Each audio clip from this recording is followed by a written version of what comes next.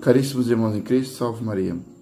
Meu nome é Wesley de Castro, presidente do Movimento da Mensagem de Fátima, e a pedido de muitos colaboradores do Movimento da Mensagem de Fátima, no núcleo de Fortaleza, aqui no Ceará, resolvi gravar alguns vídeos falando sobre Nossa Senhora, com, vamos dizer assim, fatinhos das aparições da Virgem Maria.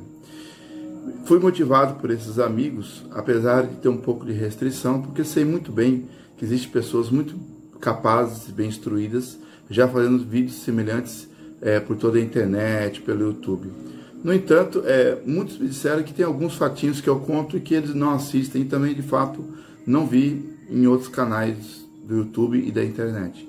Foi isso que me motivou, então, a transmitir para vocês aquilo que eu aprendi em 30 anos de vida missionária pelo Brasil, falando de Nossa Senhora.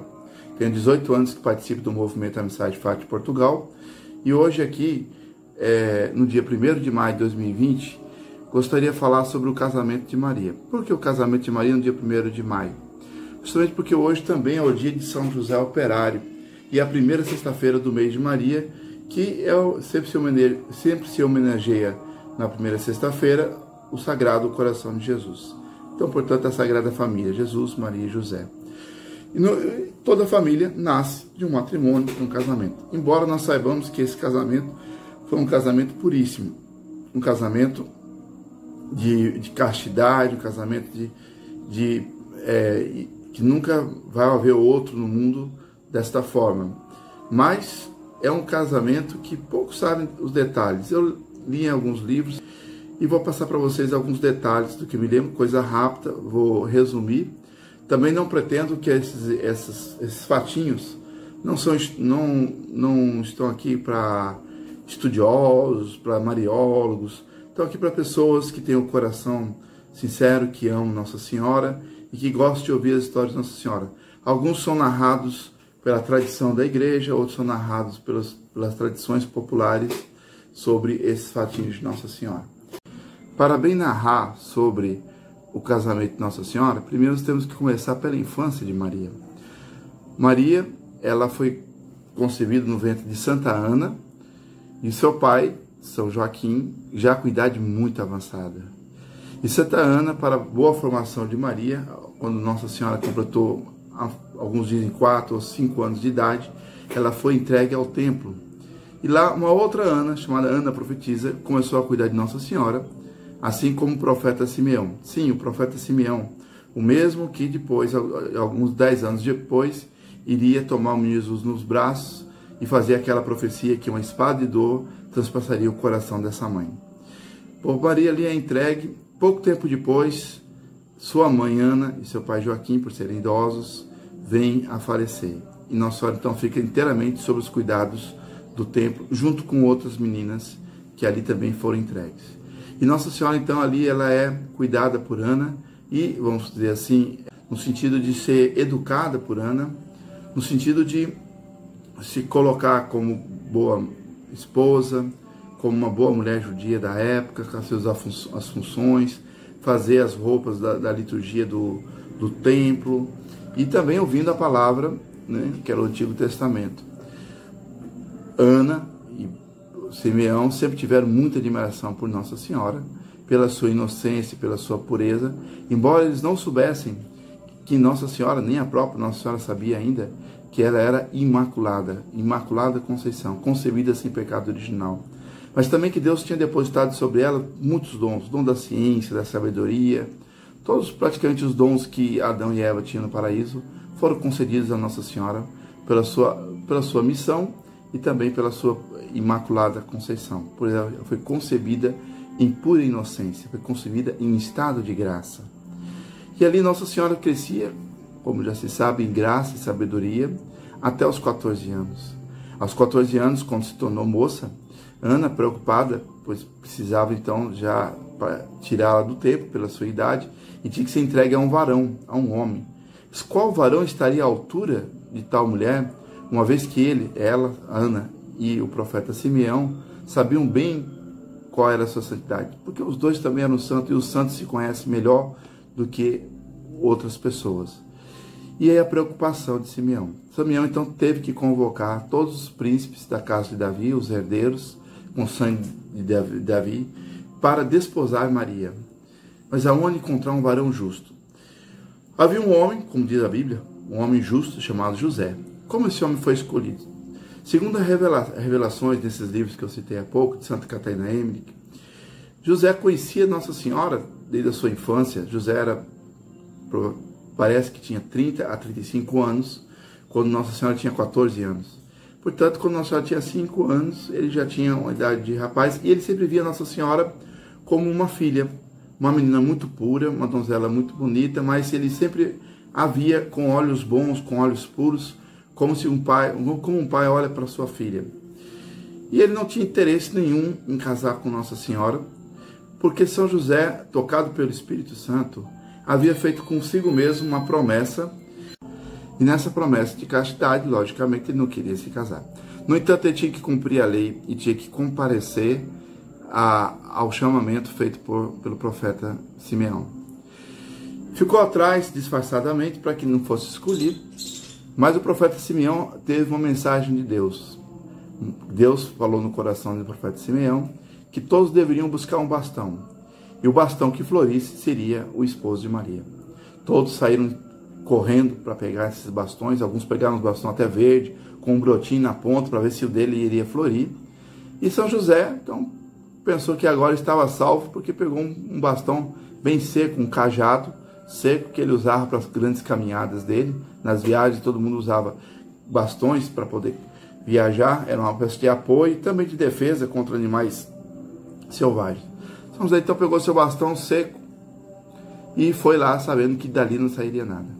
Qual a surpresa quando Simeão, olhando firmemente, lhe dá um sorriso, ele que estava atrás de todos, e todos começam a perceber que o olhar de Simeão é para o homem que estava lá atrás. E todos se voltam então os olhares para trás, estava ali São José, e na ponta do cajado de São José, um lírio branco e perfumado. São José então ficou abismado, porque ele havia feito uma promessa de castidade, e no entanto Deus agora lhe dá um sinal que deveria desposar aquela menina chamada Maria. São José cumpre sua obrigação, vai até o profeta Simeão, a qual ele entregue o maior tesouro que Deus colocou nessa terra, que era a sua própria esposa, a Virgem Maria. E colocou nas mãos de José. José não entendeu naquele momento o porquê, nem Nossa Senhora.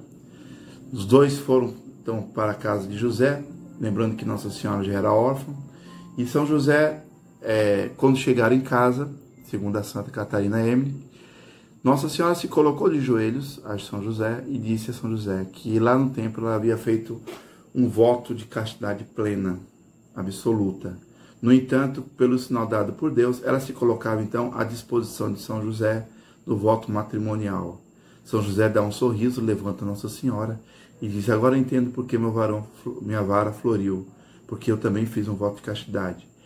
Bom, vamos ver junto este matrimônio e castidade, até que Deus nos dê um sinal se devemos continuar assim ou não.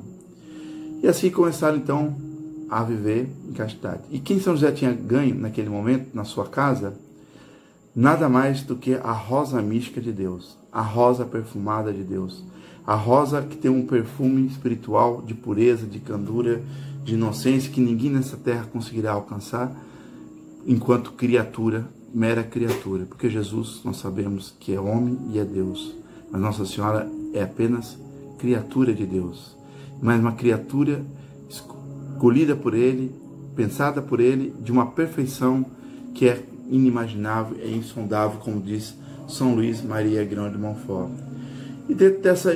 E por isso mesmo, o mês de maio foi escolhido para ser o mês de Maria. Por quê? Porque justamente no mês de maio, principalmente no clima europeu, dá-se a primavera.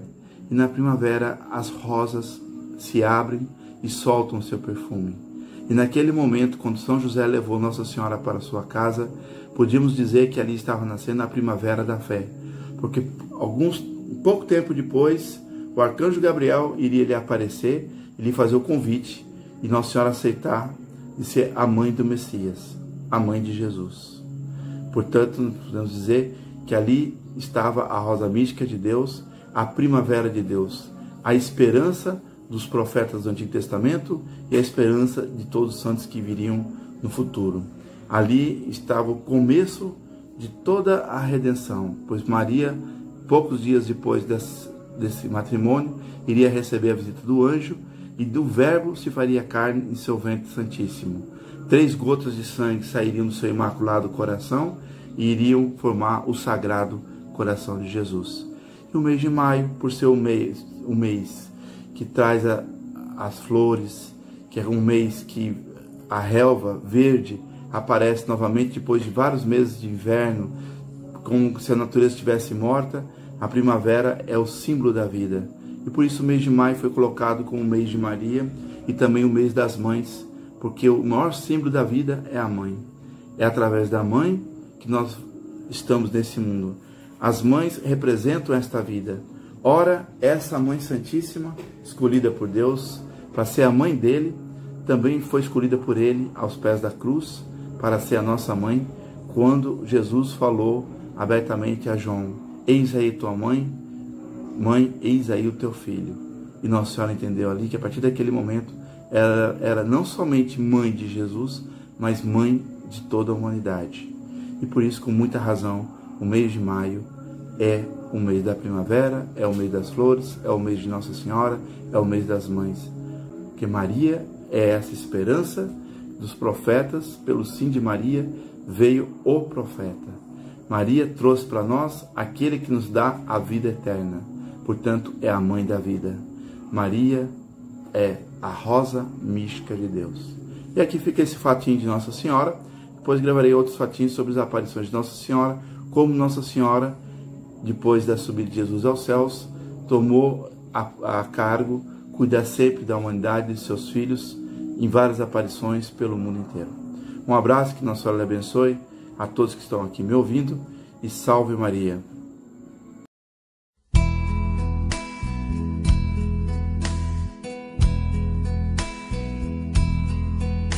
Maria de Nazaré, Maria me cativou, fez mais forte a minha fé e por filho me adotou. Às vezes eu paro e fico a pensar, e sem perceber me vejo a rezar, e meu coração se põe a cantar pra Virgem de Nazaré. Menina que Deus amou e escolheu, pra Mãe de Jesus, o Filho de Deus, Maria que o povo inteiro elegeu, Senhora e Mãe do céu.